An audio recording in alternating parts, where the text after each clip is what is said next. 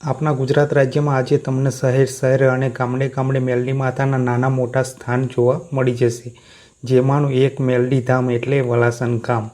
મિત્રો, આ મંદિરના એડ્રેસની વાત કરીએ તો અમદાવાદથી 70 કિલોમીટર, નડિયાદથી 18 કિલોમીટર, ડાકોરથી 42 કિલોમીટર, વડોદરાથી 48 કિલોમીટર અને આણંદથી માત્ર 7 કિલોમીટરની દૂરી પર આ મંદિર આવેલું છે.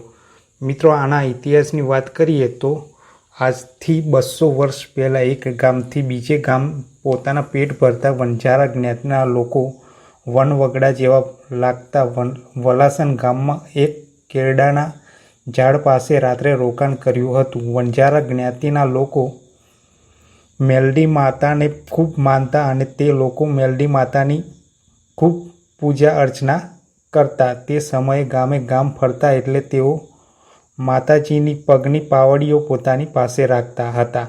વલાસનમાં રાત્રે રોકાયા ત્યારે તેમણે માતાજીની પગની પાવડીઓને ચોર લૂંટારાથી બચાવવા કેળાના ઝાડ પાસે જમીનમાં સંતાડી દીધી હતી.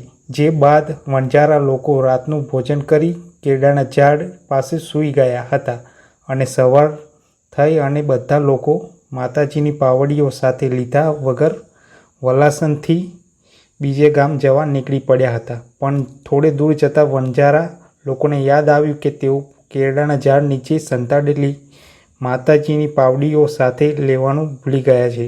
જે બાદ વણઝારા સમાજના લોકો પાછા વલાસન ગામમાં ત્યાં જ મેલડી માતા કેળાના ઝાડ નીચે સાક્ષાત પ્રગટ થયા અને કહ્યું કે ભલે તમે મને આજે ભૂલી ગયા, પણ હવેથી હું વલાસન ગામમાં રહી તમામ પ્રજાનું દુઃખ દૂર કરીશ. જે દિવસથી આજ સુધી મેલડી માના સિંદુરિયા કેળાના વૃક્ષના રૂપમાં સાક્ષાત બિરાજમાન. એક લોકવાયકા પ્રમાણે આસો સુદ 11 તારીખ 15 ઓક્ટોબર વર્ષ 1975 થી 19 ઓક્ટોબર 1975 દરમિયાન મેલડી માતાના નવા મંદિરનું વાસ્તુ પૂજન કરી શરદ પૂર્ણિમાના દિવસે શ્રી સિંદુરિયા કેળાવાળી મેલડી માતાની પ્રતિષ્ઠા કરવામાં આવી હતી. આમ વલાસનની ધરતી ઉપર માતાજીનું પ્રથમ મંદિર બન્યું હતું.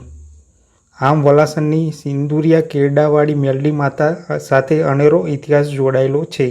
સાથે જણાવતા આનંદ છે કે હાલ વલાસન ગામમાં 6 કરોડના ખર્ચે માતાજીનું ભવ્ય મંદિર નવનિર્માણ થઈને તૈયાર થઈ ગયું છે.